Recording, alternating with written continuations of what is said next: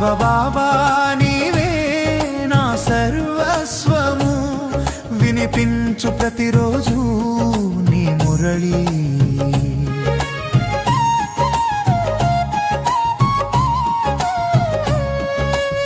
మధురమైన నీ మురళి ఆత్మజ్ఞానమిచ్చును ప్రతిరోజు. శ్రవణం చేసే ఆత్మలన్నిటికీ శక్తి లభించును, వికర్మలు తొలగును. బాబా నీ మురళే ఆనందము, నా ఆత్మకు పరమానందము.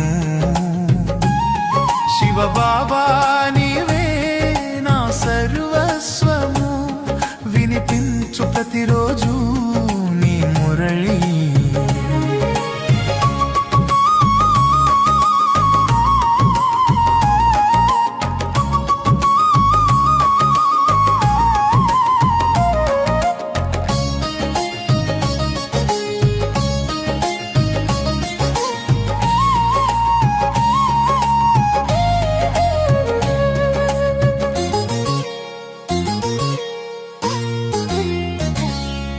శ్రేష్టమైన నీ శ్రీమతము శాంతి సుఖములనిచ్చును సతతం.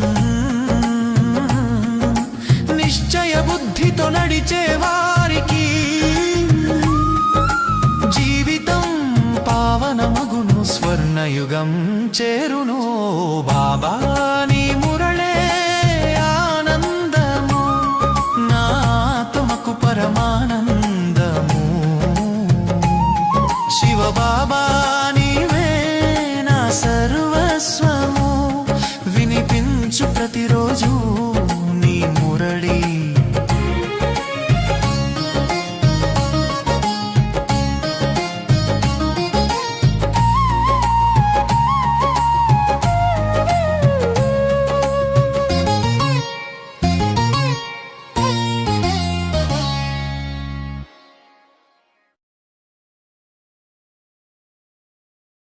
ఓం శాంతి.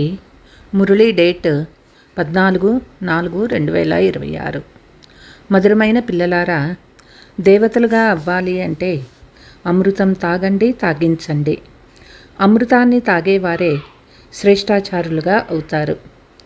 ప్రశ్న: ఈ సమయంలో సత్యయుగ ప్రజలు ఏ ఆధారంతో తయారవుతారు? జవాబు: ఎవరు ఈ జ్ఞానానికి ప్రభావితమై చాలా బాగుంది అని అంటారో, కానీ చదువును చదువుకోరో, శ్రమ చేయలేరో, వారు ప్రజలుగా అవుతారు. ప్రభావితులు అవ్వటం అంటే ప్రజలు అవ్వడం. సూర్యవంశీ రాజులు రాణి అవ్వాలి అంటే శ్రమ పడాలి, చదువుపై పూర్తి గమనమించాలి. స్మృతి చేయిస్తూ ఉంటే శ్రేష్ఠ పదవి లభిస్తుంది. పాట: తూనే రాత్ గవాయి సూకే, దిన్ గవాయి కాకే. ఓం శాంతి. మా జీవితం వజ్ర సమానంగా ఉండేదని పిల్లలు పాటలో విన్నారు. ఇప్పుడు గవ్వ సమానంగా అయిపోయింది. ఇది సాధారణ విషయం, చిన్నపిల్లలు కూడా అర్థం చేసుకోగలరు.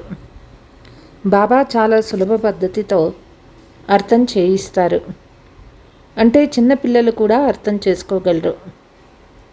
సత్యనారాయణ కథను వినిపించేటప్పుడు చిన్నపిల్లలు కూడా కూర్చుంటారు.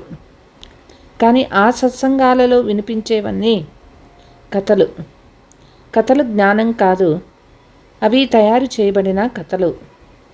గీతా కథ, రామాయణం కథ, రకరకాల శాస్త్రాలు ఉన్నాయి. ఆ కథలు వినిపిస్తూ ఉంటారు. కథల ద్వారా ఏమైనా లాభం చేకూరుతుందే? ఇది సత్యనారాయణ నరుని నుండి నారాయణుడిగా అయ్యే సత్యమైన కథ.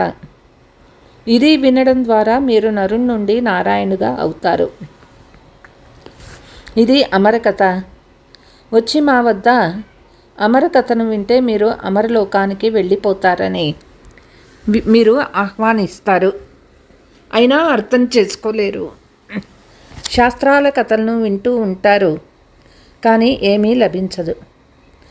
దర్శనం చేసుకొని వస్తామని లక్ష్మీనారాయణ మందిరాలకు మహాత్మా దర్శనం గావించుకొని వస్తామని వెళ్తూ ఉంటారు. ఇది కొనసాగుతూ వస్తున్న ఒక ఆచారము. ఋషులు, మునులు మొదలైన వాళ్ళు ఎవరైతే ఒకప్పుడు ఉండి వెళ్ళారో వారికి తల వంచి నమస్కరిస్తూ వచ్చారు. రచయిత రచన కథ తెలుసా అని అడిగితే తెలియదనే అంటారు. ఈ రచయిత రచన కథ చాలా సహజమని పిల్లలు మీకు తెలుసు. అల్ఫ్ మరియు బేల కథ భలే ప్రదర్శనీలలో వచ్చేవారు కథను వింటారు కానీ పవిత్రంగా అవ్వలేరు. ఈ వికారాలలోకి వెళ్ళడం కూడా అనాదిగా వస్తూ ఉన్న పద్ధతి అని భావిస్తారు. మందిరాలలో దేవతల ముందుకు వెళ్ళి మీరు సంపూర్ణ నిర్వికారులు అని మహిమ చేస్తారు. వెలుపలికి వెళ్ళగానే వికారాలలోకి వెళ్ళడం అనాది అంటారు. వికారాలు లేకుంటే ప్రపంచం ఎలా నడుస్తుంది? లక్ష్మీనారాయణలు మొదలైన వారికి కూడా పిల్లలున్నారు కదా. ఇలా అనేవారికి ఏమని చెప్పాలి? మనుషుల పదవికి కూడా వారు అర్హులు కాలేరు. దేవతలు కూడా మనుషులే. లక్ష్మీనారాయణ రాజ్యంలో ఎంత సుఖంగా ఉండేవారు. బాబా మీకు చాలా విషయాలను తెలియచేస్తూ ఉన్నారు. తప్పకుండా భారతదేశంలో స్వర్గం ఉండేది. లక్ష్మీనారాయణ రాజ్యం ఉండేది. దానికి రుజువు చిత్రాలు కూడా ఉన్నాయి. సత్యయుగంలో వారి రాజ్యం ఉండేదని అందరూ అంగీకరిస్తారు. అక్కడ ఎవరికీ దుఃఖం ఉండేది కాదు. సంపూర్ణ నిర్వికారులుగా ఉండేవారు. వారి మందిరాలు కూడా చాలా పెద్ద పెద్దవే కట్టినారు. వారు 5000 సంవత్సరాల క్రితం కూడా ఉండేవారు. ఇప్పుడు వారి రాజ్యమూ లేదు. ఇప్పుడు ఇది కలియుగ అంతిమ సమయం. మనుషులు పరస్పరం కొట్లాడుకుంటూ ఉంటారు. భగవంతుడైతే నిర్వాణధామంలో ఉంటారు. మొదట ఆత్మలైన మనం కూడా అక్కడే ఉండేవాళ్ళము. ఇక్కడ పాత్ర చేసేందుకు వచ్చాము. మొదట మనము లక్ష్మీనారాయణ రాజ్యంలో ఉండేవాళ్ళము. అక్కడ చాలా సుఖము, ఆనందాలు ఉండేవి. తర్వాత మనము 84 జన్మలు తీసుకోవలసి వచ్చింది. 84 జన్మల చక్రమని మహిమ కూడా చేయబడుతుంది. మనం సూర్యవంశంలో 1250 సంవత్సరాలు రాజ్యపాలన చేశాము. అక్కడ అపారమైన సుఖం ఉండేది. సంపూర్ణ నిర్వికారులుగా ఉండేవారము. వజ్ర వైడూర్యాల భవనాలు ఉండేవి. మనం రాజ్యం చేసి తర్వాత 84 జన్మలలో రావాల్సి వచ్చింది. ఈ ప్రపంచ చరిత్ర భూగోళ చక్రము తిరుగుతూనే ఉంటుంది. అర్ధకల్పం సుఖం ఉండేది. రామరాజ్యంలో ఉండేవారు. తరువాత మనుషులు వృద్ధి చెందుతూ వచ్చారు. సత్యయుగంలో 9 లక్షలు ఉండేవారు. సత్యయుగ అంతానికి 9 లక్షల నుండి 2 కోట్ల మంది అయ్యారు. 12 జన్మలు త్రేతాయుగంలో సుఖంగా సంతోషంగా ఉండేవారు. ఒకే ధర్మం ఉండేది. తర్వాత ఏమైంది? రావణ రాజ్యం ప్రారంభమైంది. రామరాజ్యము రావణ రాజ్యము ఎంత సహజంగా అర్థం చేయిస్తారో చూడండి. చిన్న చిన్న పిల్లలకు కూడా తర్వాత ఏమైంది తెలుసుకోవాలనే కుతూహలం కలిగించే విధంగా అర్థం చేయించాలి. పెద్ద పెద్ద బంగారు వజ్ర వైడూర్యాల మెహళ్ళు భూకంపాల లోపలకు వెళ్ళిపోయాయి. భారత్వాసులు వికారులుగా అవ్వడం వల్లనే భూకంపాలు వచ్చాయి. తర్వాత రావణ రాజ్యం ప్రారంభమైంది. పవిత్రుల నుండి అపవిత్రులైపోయారు. బంగారు లంక మునిగిపోయిందని చెప్తారు. కొంచెమైనా మిగిలి ఉండవచ్చు కదా. దాని ద్వారా మందిరాలు మొదలైనవి నిర్మించి ఉండవచ్చు. భక్తి మార్గం ప్రారంభమైంది. మనుషులు వికారులుగా అవ్వడం ప్రారంభమైంది. రావణ రాజ్యంలో ఆయువు తక్కువైపోయింది. నిర్వికారి యోగుల నుండి వికారి యోగులుగా అయిపోయాము. యథా రాజా రాణి తథా ప్రజ, అందరూ వికారులుగా అయిపోయారు. ఈ కథ ఎంత సహజము. చిన్న చిన్న కన్యలు కూర్చొని ఈ కథను వినిపిస్తే పెద్ద పెద్ద మనుషులు సిగ్గుతో తల వంచుకుంటారు. ఇప్పుడు తండ్రి కూర్చొని వినిపిస్తూ ఉన్నారు. వారే జ్ఞానసాగర్లు, పతిత పావనులు. మంచిది, ద్వాపర యుగంలో భోగులుగా పతితులుగా అయిపోయారు. ఇతర ధర్మాలు కూడా ప్రారంభమైపోతాయి. అమృతంపై గల నష తగ్గిపోయింది. జగడాలు, గొడవలు జరగడం మొదలయ్యాయి. ద్వాపర యుగం నుండి మనం దిగజారుతూ వచ్చాము. కలియుగంలో మనం ఇంకా వికారులమైపోయినాము. రాతి మూర్తులను తయారు చేస్తూ వచ్చారు. హనుమంతుడు, గణేశుడు రాతి బుద్ధిగా అయినందువల్లనే రాతి పూజ మొదలు పెట్టారు. భగవంతుడు రాళ్ళు రప్పలలో ఉన్నారని భావిస్తూ వచ్చారు. ఇలా చేస్తూ చేస్తూ భారతదేశ గతి ఇలా అయిపోయింది. ఇప్పుడు మళ్ళీ తండ్రి చెప్తూ ఉన్నారు, విషాన్ని వదిలి అమృతాన్ని తాగి పవిత్రులవ్వండి. మళ్ళీ రాజ్యాన్ని తీసుకోండి. విషాన్ని వదిలేస్తే మళ్ళీ మనుషుల నుండి దేవతలుగా అవుతారు. కానీ విషాన్ని వదలరు.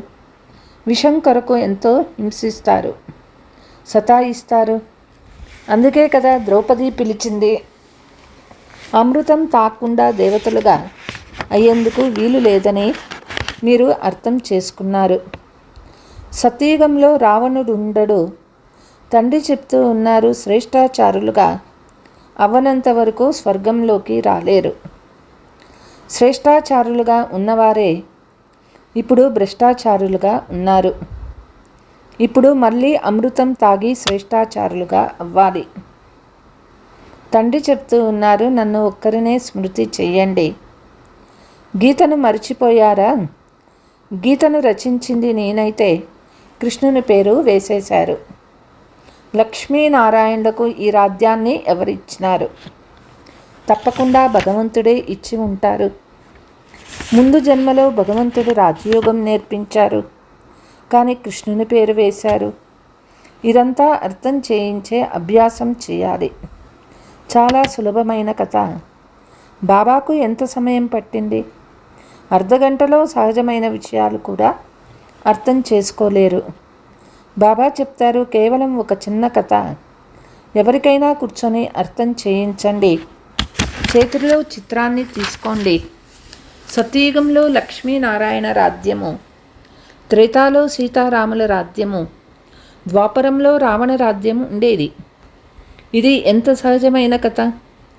తప్పకుండా మనం దేవతలుగా ఉండేవాళ్ళము.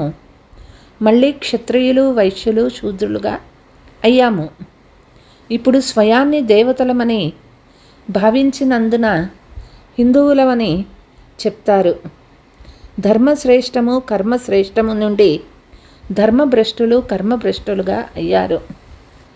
ఇలా చిన్న చిన్న కుమారీలు కూర్చొని ఉపన్యసించినట్లయితే పూర్తి సభ అంతా ఆసక్తిగా, ఆశ్చర్యంగా వింటుంది.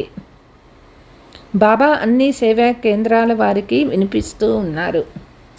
ఇప్పుడు పెద్దవారు నేర్చుకోకుంటే చిన్న చిన్న కుమారీలకు నేర్పించండి. కుమారీల పేర్లు కూడా ఉన్నాయి. ఢిల్లీ, బాంబేలో మంచి మంచి కుమారీలు ఉన్నారు. విద్యావంతులు ఉన్నారు. వారు నిలబడాలి. ఎంత పనైనా చేయగలరు. ఒకవేళ కుమారీలు నిలబడగలిగినట్లయితే పేరు ప్రసిద్ధి అవుతుంది. శ్రీమంతుల ఇంటివారు కష్టంగా, ధైర్యంగా చేస్తారు. వారికి ఐశ్వర్యపు నష ఉంటుంది. కట్నం మొదలైనవి లభిస్తే చాలు. కుమారీలు వివాహం చేసుకొని ముఖం నల్లగా చేసుకొని అందరి ముందు తల వంచవలసి వస్తుంది. తండ్రి ఎంత సహజంగా అర్థం చేయిస్తూ ఉన్నారు. పారస్ బుద్ధి గలవారికి అవ్వాలనే ఆలోచనే రాదు. విద్యావంతులు కూడా ఈ రోజుల్లో ఎంపీ, ఎమ్మెల్యే మొదలైన వారి అవుతూ ఉన్నారు. చదువు ద్వారా అయితే పదవులు పొందుతారు. ఈ చదువు చాలా సహజమైనది.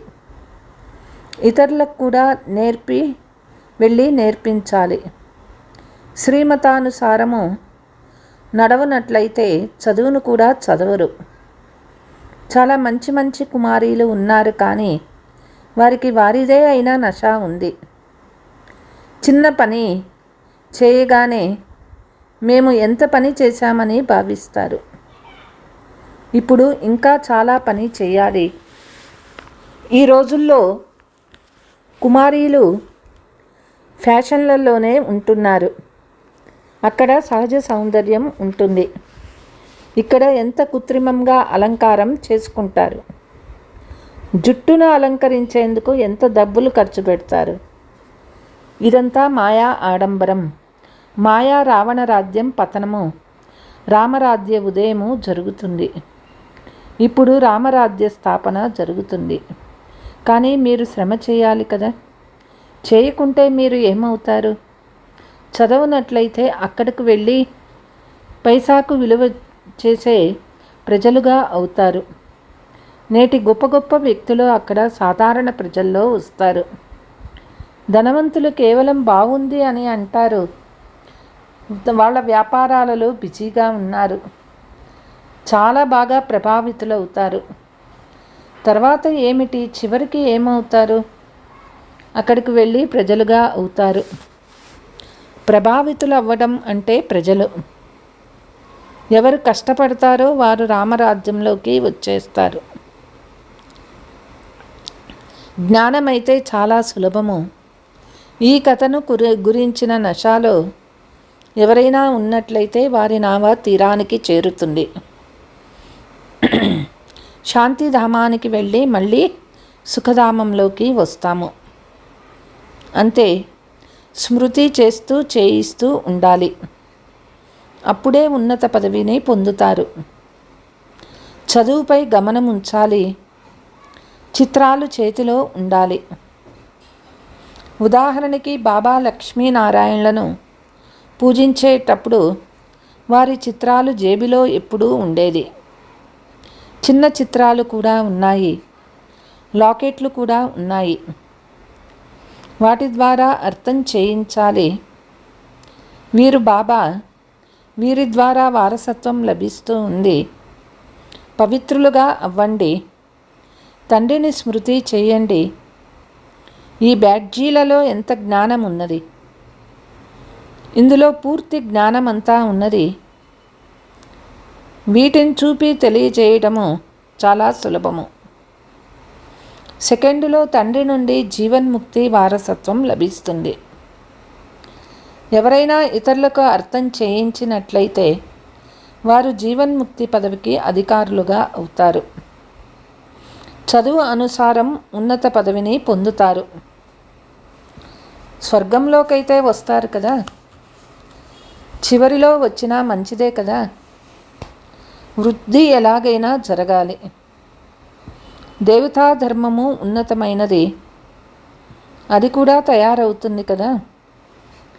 ప్రజలు లక్షల సంఖ్యలో తయారవుతారు.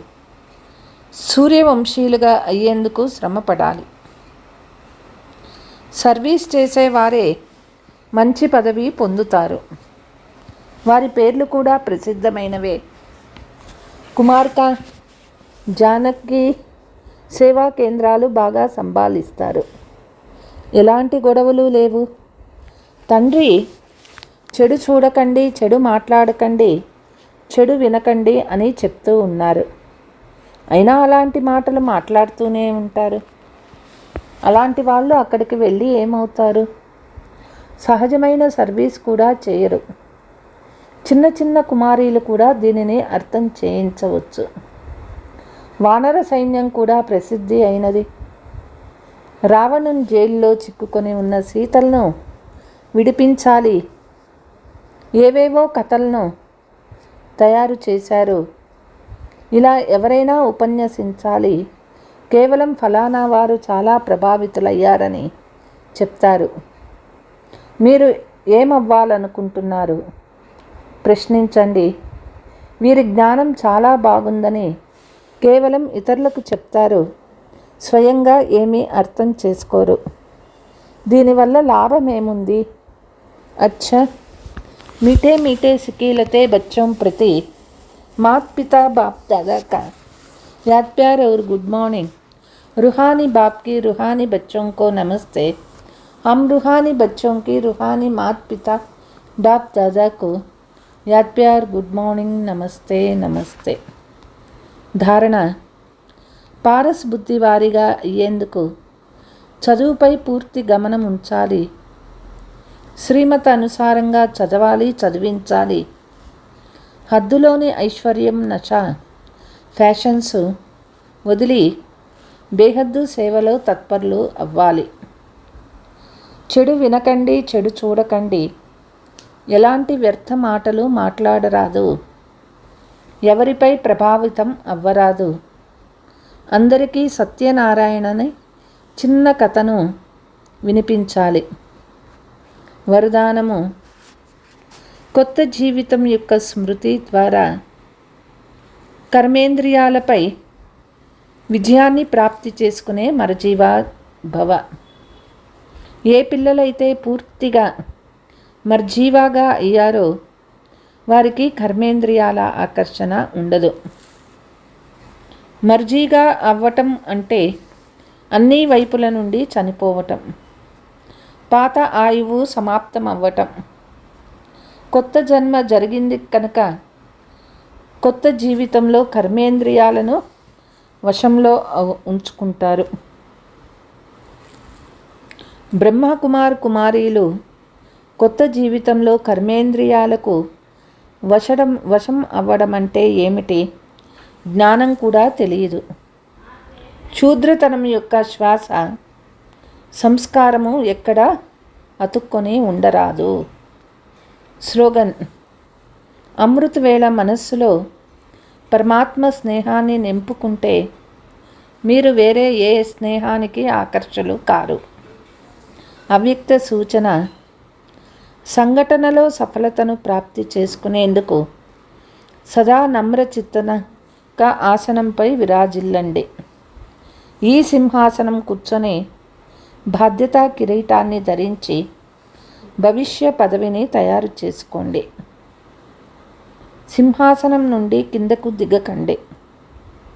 దానిపై కూర్చొని పని చేస్తే సఫలత లభిస్తూ ఉంటుంది. అందుకు ముందు మీరు అనే పాఠం పక్కాగా ఉండాలి. దీని ద్వారా మీ సంస్కారము అందరితో సహజంగా కలిసిపోతుంది. అచ్చా. ఓం శాంతి.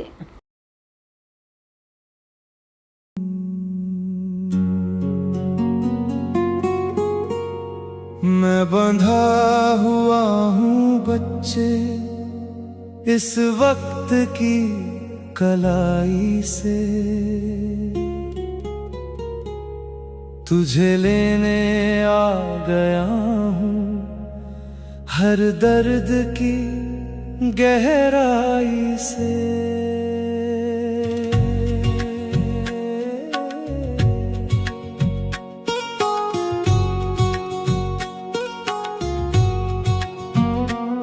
तेरी रात सी उदासी अब भोर बन रही है, ये शांति की किरण ही तेरी ओर चल रही है। ये हद की दीवारें हवाओं सी उड़ने दो, सपूत बनके मेरे अब आसमां से जुड़ने दो। तू तो मालिक है मेरे इस बेहद के जहां का, तुझे ताज मैं पहनाऊं नव विश्व के समा का।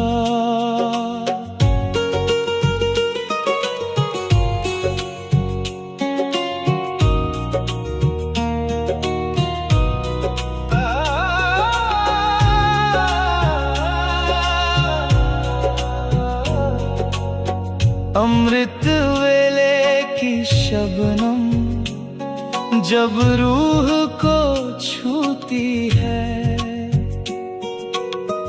सदियों की थकी माया एक पल में सोती है। तू मांगने से ऊपर है महादानी सा बच्चा। तेरा हर एक संकल्प है मोतियों सा सच्चा। तू तो मालिक है मेरे इस बेहद के जहां का।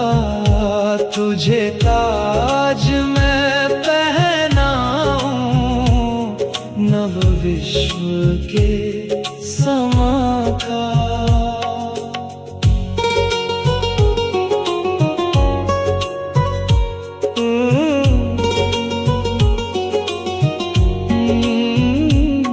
मैं कोई वैद्य नहीं जो जिस्मों का दर्द हारूं। मैं तो पिता हूँ तेरा, तेरी आत्मा संवारूं। तू तो मालिक है मेरे इस बेहद के जहां का। तुझे ताज मैं पहनाऊं नव विश्व के